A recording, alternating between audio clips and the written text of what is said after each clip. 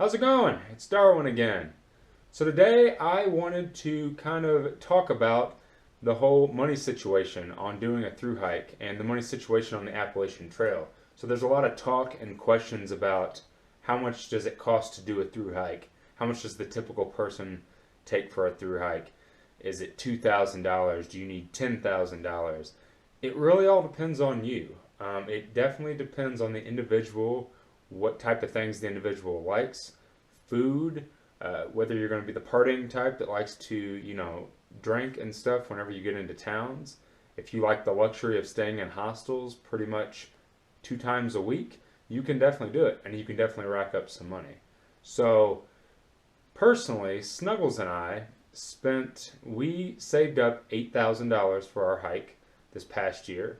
Granted, we only went from Springer Mountain to Great Barrington, Massachusetts, just over 1,500 miles, and had to get off the trail a little bit early. But with that $8,000 in the 4-month period that we were on the trail, a little over 4 months, 1,500 miles that we were on the trail, we spent right at $6,000. So that was $3,000 a piece. So we started our hike on $4,000 a piece. Now, it can definitely be easier if you have somebody to split cost with, like hotel rooms or shuttles or anything else that you might run into out there. So that definitely helped. But I think that the average person can probably do a really decent through hike for $4,000. And that's staying in certain hostels, getting laundry done, eating somewhat okay food as best as you can, and enjoying some of the things that the trail has to offer aside from the actual trail itself. So it's definitely important to every once in a while get off the trail, take a little break, rest up. And there's a lot of great hostels and a lot of great hotels and stuff along the trail that you can do that.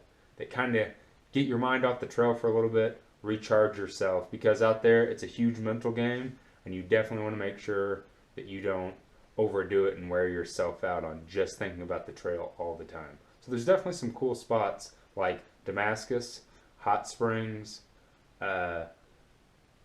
Irwin, Tennessee. These are all really great little hiker towns that you can get off, maybe take a day or two, get a hostel or a hotel, and kind of take it easy, do something a little different, party with some more hiker trash.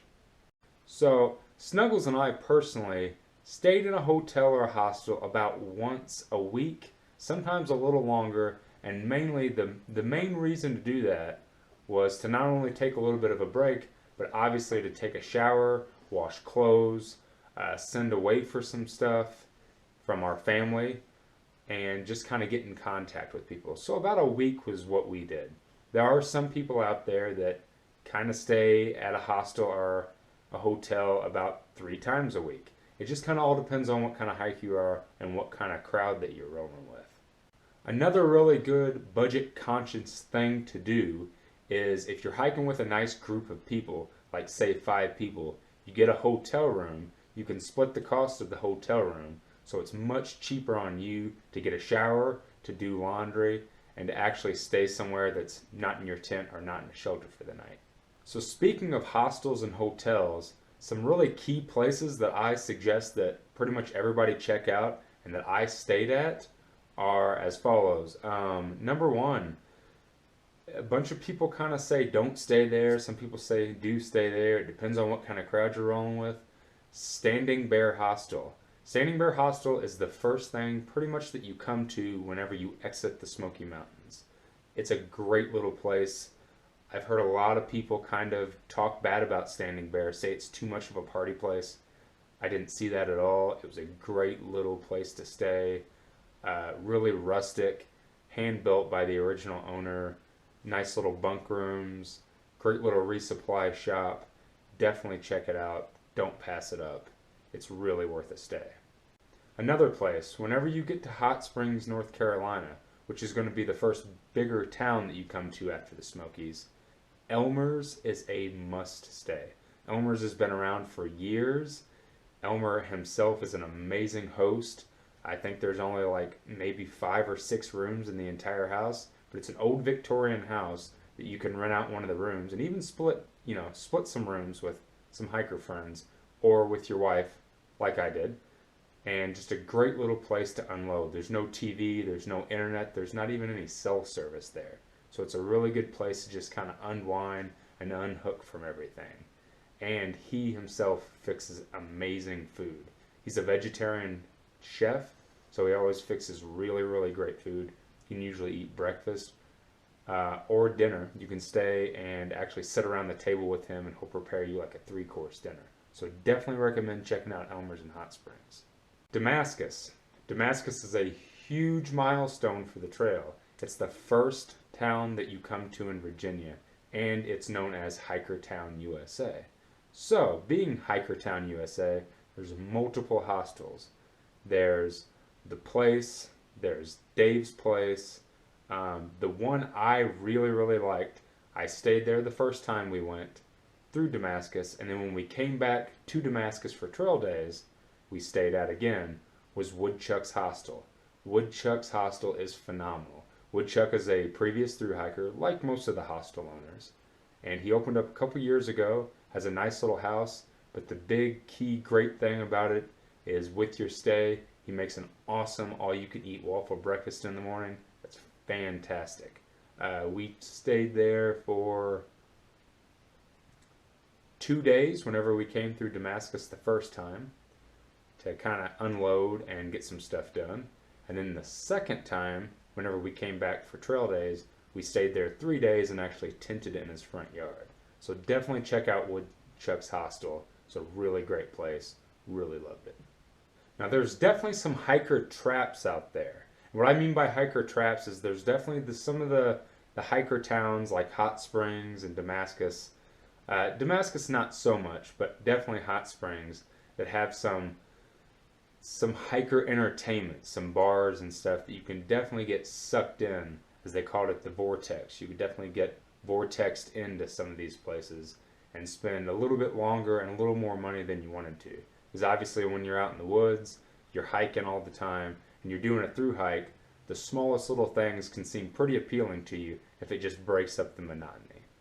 Now, obviously, as you get further up the trail, the hostels kind of become less and less until you get to Maine. It mainly comes down to staying at really cheap, kind of crummy hotels, which obviously aren't bad if you haven't had a shower in a week and you need to wash your clothes. Anything will do. So you can definitely find those throughout the trail.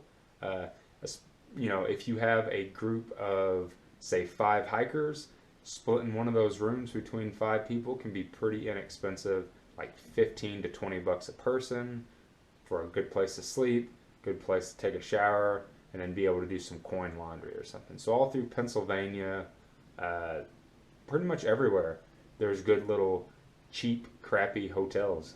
Whenever you get more up into Maine and stuff, that's when the hostels start picking up again. But the hostels get much more expensive, and hotels also get much more expensive. So definitely watch where you're staying and watch how you're spending your money. So yeah, again, the budget that worked for me was technically $4,000. Snuggles and I saved up $8,000, took 4 apiece. We ended up spending $6,000 in the 1,500 miles that we were on the trail and had $2,000 left over. So I think that we could have definitely gotten our hike done on less than $8,000. But that's what worked for us. Obviously, if you're much more budget conscious, you don't go into towns. You don't go to things like trail days, which we did. You don't, I think we seen a movie whenever we were in Pennsylvania. We went to the theater to see Jurassic Park. We went to a few bars every once in a while and had some beer. If you don't do things like that, you're really budget conscious and you're just really focused on your hike, getting from Georgia to Maine. I think that anybody can probably do a through hike on $2,000. Pretty easy. So it's pretty much all up to you, your comforts on the trail, and kind of what you want. It's definitely worth making more of an experience and experiencing more out there than just hiking, because it is a very social trail. So it's all up to you. So hopefully that helped with getting your budget ready. Leave me some comments below. Tell me what you think. Like or dislike my video. Subscribe to my channel if you haven't already. And as always, thanks so much for watching.